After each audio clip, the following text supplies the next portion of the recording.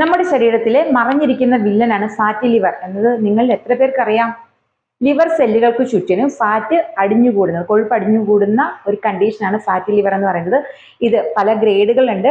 പോകെ ഇത് ആ ഒരു കോശങ്ങളുടെ പലതരത്തിലുള്ള ഡീജനറേഷൻ സംഭവിച്ച് അത് ഫൈബ്രോട്ടിക് ആകാനും നെക്രോട്ടിക് സംഭവിക്കാനും പിന്നീട് liver cirrhosis, liver cancer, liver ഫെയിലിയറിലേക്കൊക്കെ പോകാനുള്ള സാധ്യത വളരെ കൂടുതലാണ്.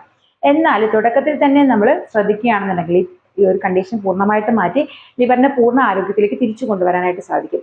അതിന് ശ്രദ്ധിക്കേണ്ട കാര്യങ്ങൾ എന്തൊക്കെയാണെന്നല്ലേ? നമ്മളുടെ വെയിറ്റ് കൺട്രോൾ ചെയ്യുക.